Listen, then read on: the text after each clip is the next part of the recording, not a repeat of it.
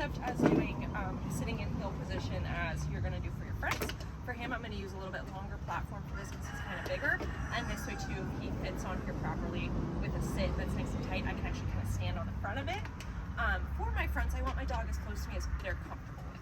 The nice thing with rally is you don't have to be super close to you, but the closer they are, the nicer it's going to look. I put more stock in the dog being pretty straight versus being too close or too far away. Good boy. So he obviously already knows this game a little bit. So when I start, I've got cookies in both hands. He's up on his platform. Get your butt up. Good boy. And if he's a little bit crooked, I'm just going to help him by luring him. Yeah, we're going to work on this. This is a good little exercise for your butt. Get up there. Sit. Yes, good boy. And when I pay him, cookies right at my belt buckle or my belly button from both hands. Again, if you're using cheese or something from your mouth, straight down with both hands, okay? Because what we tend to do is we feed from one hand always, and then your dog will go to that side, whatever hand it is. So straight down to the dog. Good dog. Good boy. Search. And then I send him away to go get a cookie. All right, buddy, ready? Bring him back in. Good. Yes. Oh. Get your foot up. You can do it. Right, and you see this is a little challenging for him because he sits a little bit wider too. So I really want him nice and straight as possible. Now, with him, just because of the way he's built, I don't expect him to be perfect all the time, and also he's bigger. So when he goes into front from my side and has to swing around, it's a little harder. He needs a little more space. At different levels of rally, there are at different signs you can move. So if you call your dog front, you can actually take a nice step back, so they've got plenty of space. For me, for the ease of everything, so I don't have to remember, I want to stay as still as possible and just have my dog move in front of me. Good boy, take a break.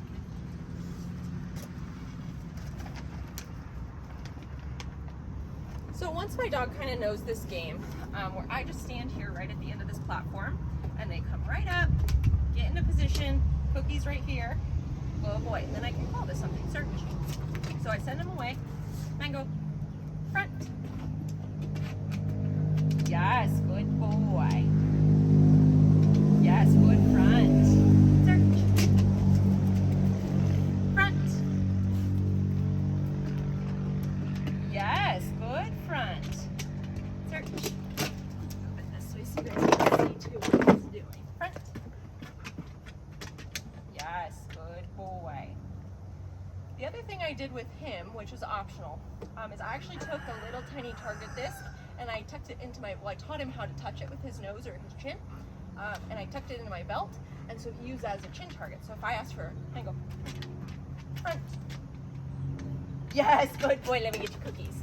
So you saw how his face was actually touching me. So he understands front as get your face as close as possible to my belt. Good boy. So again, you can play games like this. You can also make it a little harder by having your dog go off to the side. Search. Once they're ready, Mango, front. Yes, good front, buddy. Search. Front. That's not it. Try again. That's a good boy. Front.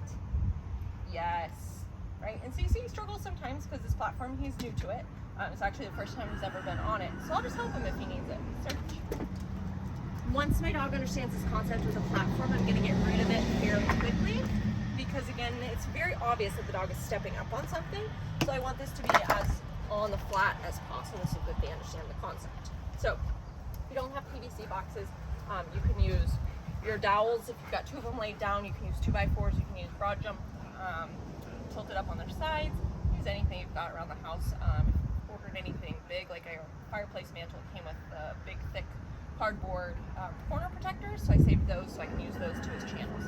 So with him, once we've got this going, we're going to teach him how to get in a box and help him if he needs it.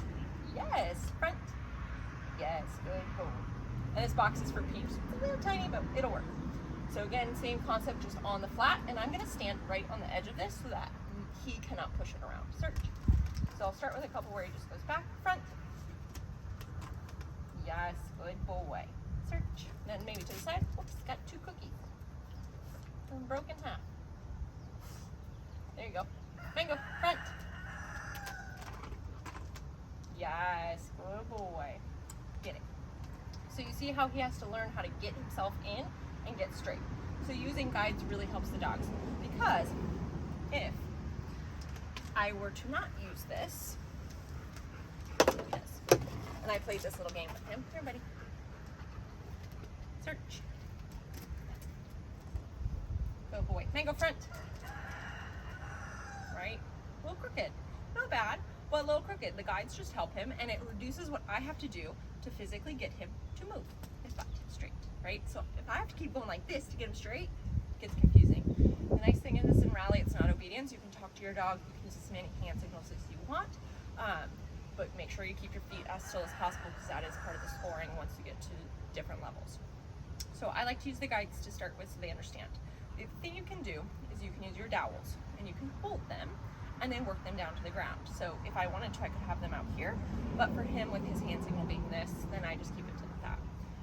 I try to do my side work and my fronts a little bit separately with the dogs, so that they're not anticipating going from my left side to my front, to my left side to my front, to my left side to my front, or any combination of that. So I keep them separate, and I just send the dog away, send the dog away, send the dog away. Maybe sometimes I'll make it a little harder by doing something like this. See how he does. So I'll put my guide back so he can be successful front. Nice boy. Search. Send a cookie behind me. Mango front. Fix it. Fix it. What you gonna do? Right, so you see that was a little hard for him. So once I get my dog at a higher level, I might actually even reward this. I might tell him he's good, and we'll try it again, but I won't make it as hard. Search. So right, maybe not all the way behind me. Front. There you go, buddy. Yes. Good boy. So that's how I start to teach a front to the dog. With the newer dogs, or dogs who are bigger and don't quite have the rear end awareness, I don't quite expect perfection in the beginning with this, but that's why I really stick to my guides, and every time I practice, I'm using them. Unless I absolutely cannot get to them, or I forgot them or something, I want to use these when I'm practicing. If I'm out practicing a course, that's different. I'm not going to pull my guide to every little sign, but if I set up a sign or two, I will pull my guides out so my dog knows exactly what's expected every time. Because if you do this every single time, where your dog understands where they should be, when you get into a situation where you don't have your guides and you're actually trialing, you are much more likely to have a more perfect dog.